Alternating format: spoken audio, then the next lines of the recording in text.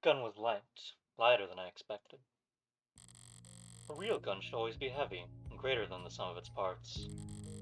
That's one of the things I like about them, their weight. Like they're anchoring the world around them. Like they're a fixed point in time. Like everything else is just relative to them, as they're closer, further to the end. I would have liked something heavier during that walk back to my apartment. I would have liked to have something to feel far away from.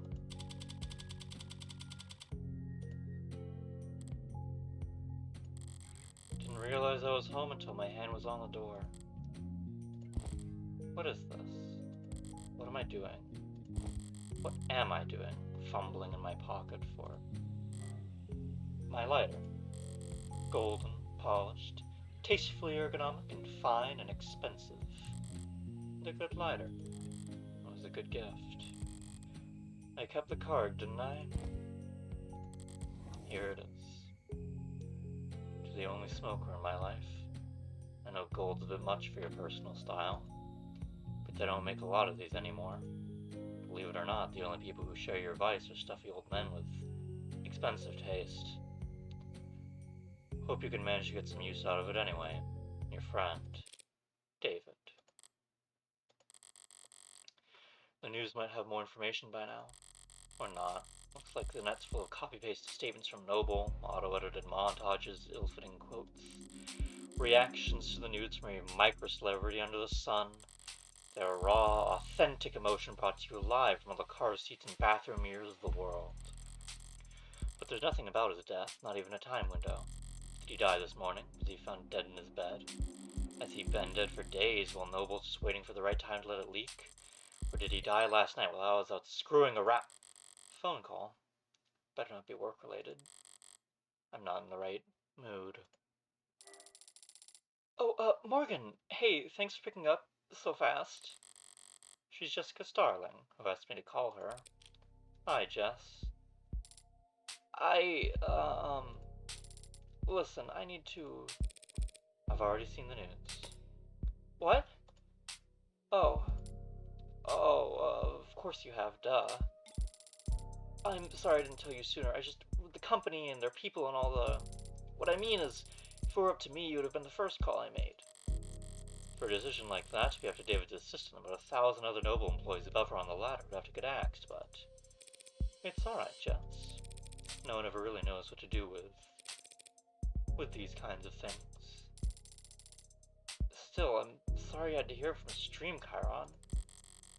What difference does it make how the information gets to me? I could have stumbled upon his course myself and I would feel mostly the same. Well, I appreciate you taking the time to call anyway. Yeah. If I want more information, she's the best source I'm going to get, maybe for weeks. What to ask at a time like this? I'm supposed to express denial first, but she's probably short on time. I don't feel like following the playbook to the letter right now. Can you tell me what happened? The police, they think that he took something. Suicide? And the police are already involved. They say it was some kind of poison or... God. Noble's got a lot of weight to bludgeon the state with, especially in this city. I would think they'd keep the police at arm's length for at least a few days. Listen, Morgan, I need to ask something of you. Of course, Jess, whatever you need. Whatever you need. A bit much, but she's grieving. That's just how people talk. And it's not like my day was really salvageable anyway. I'd like to bring you up here to David's place. What do you mean? There's something I have to give you. You're not handling his will already, are you? If the police are involved, it'll be a while before... No, I'm sorry, it's not like that. Before he... No, please, don't hold back on my account. David asked me to get this into your hands. It wasn't work-related. But he asked me.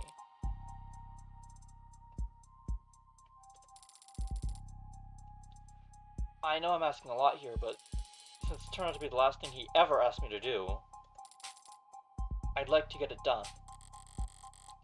I don't like showing up at crime scenes more often, or more quickly than strictly necessary. And that's when I only have to worry about the police. With Noble looming over all this, security will be doubled and scrutiny tripled.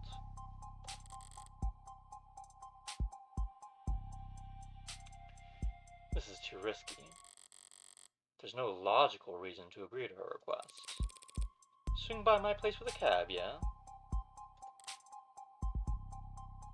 Besides my own morbid curiosity. Right, of course. Thanks, Morgan. Thank you. Wait, I almost forgot. What is it? You don't happen to have anything you could wear in black, do you?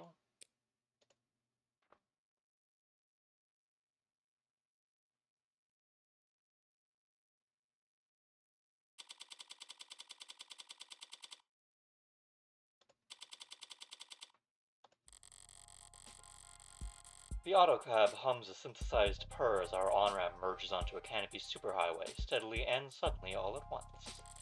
Not much super about it, but it does cast one hell of a shadow. The canopies always felt very arts and crafts to me. Cobbled together, always added on to, never finished, never planned. It's clearly taken a lot of time and effort to make. The end result's still ugly, and it feels like it could fall apart at any moment. You okay, Morgan? You look like a little carsick. I'm fine. Thanks for asking. If I ignore her text now, she'll just send more later. Hey, Freckles. Saw your friend Asher on the news. Rip. Thank you. For trying to be sincere. Worth a shot. We all have our strengths. God damn, you're one passive-aggressive little girl. Why does all your filial piety go out the window whenever you talk to me? Filial piety doesn't work on you.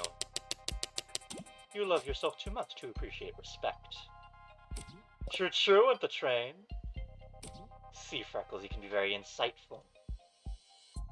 When you aren't too busy side-eyeing the whole world. Wonder where I picked that up from. Not from me. I'm pretty sure you were born muttering insults under your breath. The nurses tried to make you cry and you responded by giving them self-esteem issues. Did you ever have dealings with Noble? 10 out of 10 shifting the convo. Subtle as a car crash. Subtlety doesn't work on you either. Well, it might, if you're good at it. This is me asking you for advice.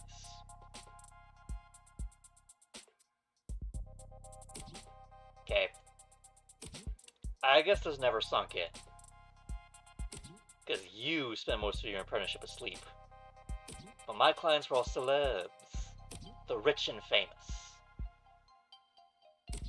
I didn't have that many dealings with the Meg that own their likenesses. Is it really that different?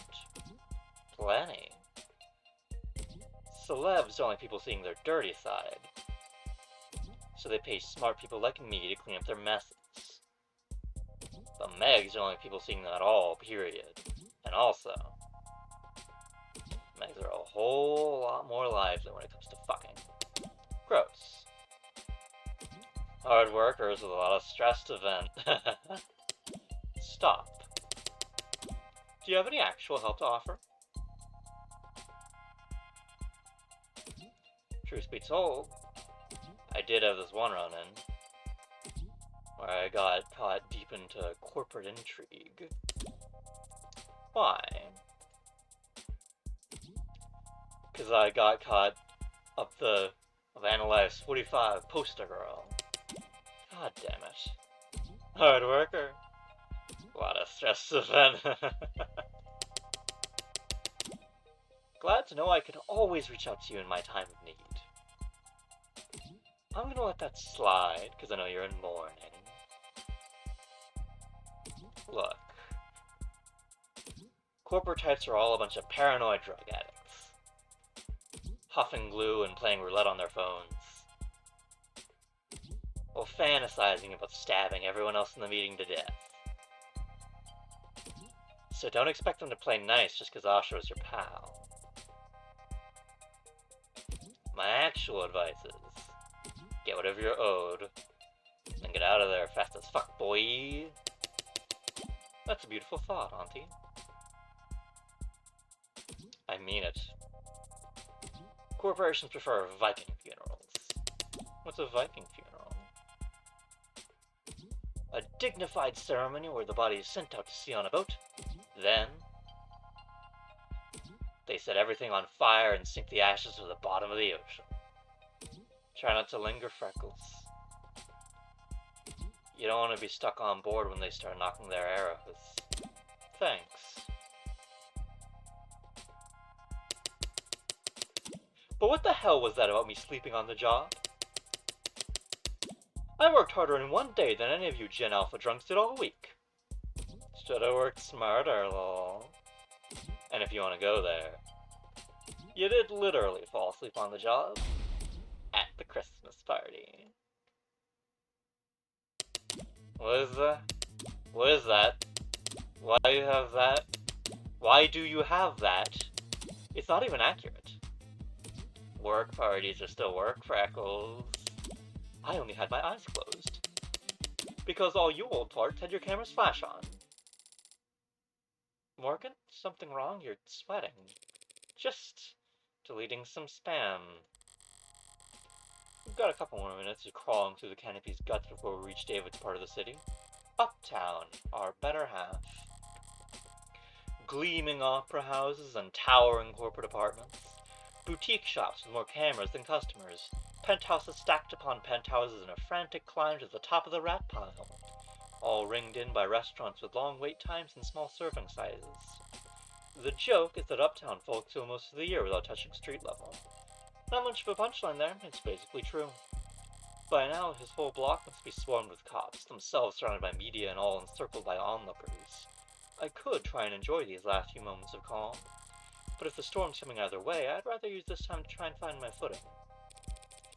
Actually, Jess, if you've got a second, I was curious about... Remind me, how many years did you and David work together? Oh, well, I started with the company about 4 years ago. They offered me a temp contract when I was graduating. I was put in HR right in the middle of a hiring burst, so I spent 2 months in the Warrens. Then an aptitude test got me fast-tracked to mid-low management. Sorry, Warrens? Oh, that's just what we called the company dorms back then, on account of all the people. Plus it was underground. Didn't see the sun that first month, my skin got so dry. Is that normal in your industry? Oh, for everyone I've ever worked with. Except David, of course, but I mean he was the best. Yeah. One Tuesday morning, Dr. David Usher walked right up to my desk like I had won the lotto. Said I should come work for him, Dr. David Usher, directly. A random Tuesday morning like it was nothing. He didn't like to do things on Mondays. Said people were always too tired to get anything done anyway. Yeah, that's right. He did say that. I should know by now, right? 3 years of arranging meetings and keeping them organized and occasionally straightening his tie. He was a good boss. He was a good guy. Yeah. When did you last speak with him? In person? Thursday. Thursday afternoon. The day before yesterday. He seemed normal. I mean, we still don't really know anything, Jess. You're right, thanks. Thursday's the last time I saw him. That was when he asked me to meet with you. I'm guessing you've already been to his place? Yeah, it's a real mess over there. It's that bloody. Oh, God, no, not that kind of mess. I'd seen with the cops stacked on the media, stacked on the lawyers. Each of them with their own network of drones and all their droning. It's very high productivity atmosphere is what I mean. When were you able to get over there? Well, I got a call from legal late last night. They weren't exactly delicate in breaking the news to me. Last night. They said they needed my help sorting through all his, well, you know how he left things organized sometimes. It's been dead since last night and they've kept it under wraps that long. I know there are a lot of powerful people in his circles, but stopped from leaking for over 12 hours. That seems like more than just your typical powerful people trying to control the narrative. It seems more like there's something they're actively trying to suppress. So you found out last night. Right, last night. Oh God. So sorry, I should have told you as soon as I found out. Really, it's alright. Did you see anything? No, I still haven't actually seen him at all. He was airlifted to the hospital ASAP, and that's where he passed, so... But, well, I didn't get the impression that the cops had been there for that long. Not compared to the lawyers. They and the rest of the company people seemed pretty entrenched. Noble set up camp before the police even arrived. So what time would that have been? I guess I got there around 9 p.m.? Yeah, because at 9:15 they switched my phone to silo mode and I got locked out of everything but my work stuff. So my last blah at 9:13, see? Gonna expire whoever put me in heels this morning. It me. They can do that to your phone? Lock you out of social media? Of course not. Well, unless I'm on the clock, or off the clock but on company property. Then they can remote all my tech, yeah. How convenient. So if I got in at 9 p.m., I'd say the rest of the company people had been there since 8:30 p.m.? I hadn't been there more than a few minutes before the mood changed. Or about the hospital declaring him dead had started to leak. I see. He died after he reached the hospital. That's unexpected. It's 2086. You might be in trouble if you get stuck in bureaucratic purgatory when you need to be in the emergency room, but other than that, if you reach the hospital alive, a good doctor can stabilize most any patient within a few moments. And Noble's electronics lead programmer would have a very good doctor. So what the hell happened? Is she mistaken? Was he just not officially declared dead until reaching the hospital for some reason? Or... hard to think about, I know. Yeah. Or hard to believe. Jess, I have to wonder, what kind of request did David make of you that it couldn't wait a few days? Right, of course. He asked me to give you something. Something? Is she trying to build suspense? Right, it's just, well, I don't know exactly what it is. You have no idea. He asked me to give you the contents of his safe. Are we headed to the bank then? No, see, he has this private safe in his basement. Maybe you've seen it? Well, I say safe, it might be more accurate to call it a storage locker or a false wall. And all he told you was that he wanted me to have what's inside? Right, he was very clear about that part. Your eyes only, straight into your hands. Handle it in person, he said. Strange. This is all pretty analog for someone as technically gifted as David. Coming from anyone else, I'd call it paranoid. But David was never paranoid, even when he had every right to be. If you wanted this handled a certain way, it must be for a good reason. I saw that headline, by the way, the one where your warm android saved that soldier's life. Yeah, pretty feel-good, don't you think? So folks at the company must have been in high spirits lately, I take it. That's what I thought when I first heard about it, but I don't know, maybe upper management's never happy? Because they're still just riding sales harder than ever, pushing the traditional consumer markets. I thought they'd start building a pitch for Congress the day the story dropped. Big patriotic campaign telling everyone why we need a contract for warm androids in the military. But I haven't heard about them moving staff around for anything like that. Maybe it's all above my pay grade. All the corporate power and money in the world, and they're still such joyless assholes that they won't even celebrate their victories. So, David asked you to do this on Thursday, correct? Yeah, Thursday. And he passed last night, Friday. Yeah. Wait, you don't think that when we met he had already decided... It's not healthy to speculate on that sort of thing.